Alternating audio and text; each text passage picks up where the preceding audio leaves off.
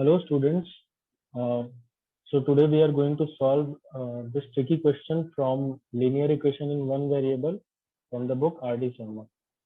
So to understand this question, we have to listen to it very carefully, and first of all try to read the whole question at once. उसके बाद आप इसको step by step solve करोगे. क्या कह रहा है? The sum of ages of Anup and his father is 100. Okay, when Anup is as old as his father now, he will be 5 times as old as his son Anuj is now. Anuj will be 8 years older than Anup is now when Anup is as old as his father. What are their ages? तो यहाँ पे थोड़ा questions को घुमा के दिया गया है, तो हमें कंफ्यूज नहीं होना है. हम एज्यूम कर लेते हैं अनूप का एज जो कि x होगा. So let's suppose Anoop age will be x years. Okay, so Anoop की एज हमने मान ली. So what his father's age will be. So his father's age will be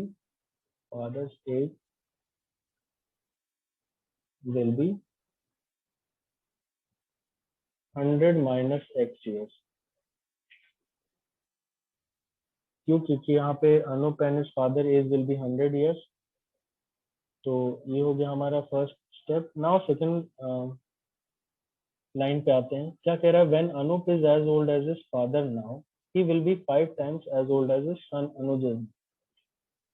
so when, कहने का क्वेश्चन ये मतलब है, when Anoop is 100 minus x years old,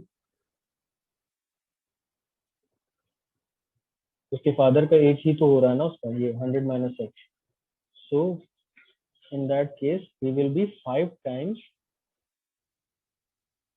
Anuj present age. Anuj present age. Okay, so what will be the Anuj age? So Anuj present age will B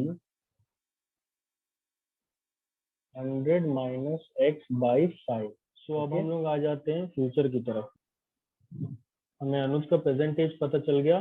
third statement में क्या कह रहा है? Anuj will be 8 years older than Anoop is now. मतलब ये future का बात कर रहा है. तो Anuj will be x plus 8 years old when Anup is as old as his father. तो उसके फादर का एज कितना होगा? Anoop is 100 minus x years.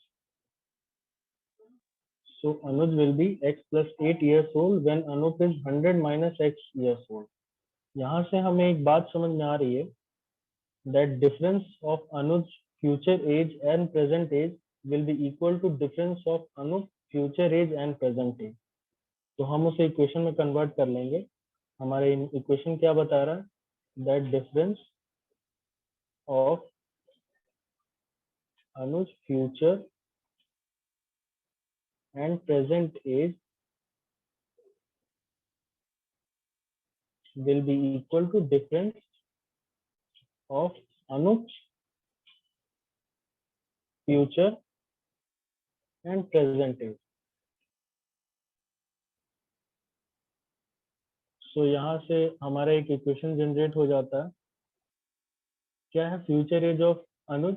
x plus 8 years and minus इसका इनिशियल प्रीवियस एज कितना था, जो प्रेजेंट एज था वो 100 minus x by 5.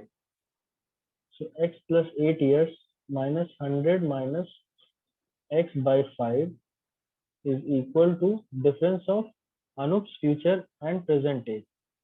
तो अनूप फ्यूचर एज, अनुज अपने फादर के एज का कब होगा? तो अनुज 100 minus x years का कब होगा? 100 minus x minus Anup present age. 100 minus x Anup का फ्यूचर एज होगा एंड x जो है अनुप का फ्यूचर एज होगा. So this is the difference of Anup's future age and present age. So on solving this equation, we will get that. इसको solve कर लो आप. इसमें यहाँ पे ऐसा ऊपर नीचे अगर हम 5 से ही मल्टीप्लाई कर दें तो हमारा डिनोमिनेटर सेम आ जाता है. अब हमें सॉल्व करने में इजी है. तो 5 into x 5x plus 5 into 8 40 minus 100 and minus minus plus हो जाएगा यहाँ plus x divided by 5 is equal to 100 minus 2x। Now 5x plus x 6x हो जाएगा। अब ये इक्वेशन आराम से सॉल्व हो जाएगा। माइनस 60 एंड ये 5 जो है यहाँ पे क्रॉस मल्टीप्लाई कर देंगे तो क्या हो जाएगा 500 माइनस 10x। देयरफॉर अगर हम वेरिएबल टर्म को इधर ले आते हैं तो कितना हो जाएगा 16x इज इक्वल टू 500 प्लस 60 which is equal to 560। Therefore x will be equal to 560 divided by 16. On solving this equation, we will get that 16 into 348 and 2 and 80, so 35. So therefore x will be equal to 35. Now हमें यहाँ से पता चल गया अनूप का हमने as x years ले रखा था तो हमें पता चल गया कि अनूप का एज क्या होगा। Therefore Anoop age will be 35 years। Father's का एज कितना होगा उनके, सो इस फादर्स एज विल बी कितना ले रखा था हमने 100 minus X which is equal to 100 minus 35 is equal to 65 years। And Anuj का प्रेजेंट एज क्या था, Anuj present age will be क्या ले रखा था हमने 100 माइनस एक्स बाई 5 यही था। तो 100 minus 35 is equal to 65 divided by 5 is equal to 13 years। तो हमें अनूप का एज पता चल गया 35 years, अनूप के फादर्स का एज पता चल गया, present age 65 years and Anoop present age will be 13 years। So hope so आपको समझ में आ गया होगा।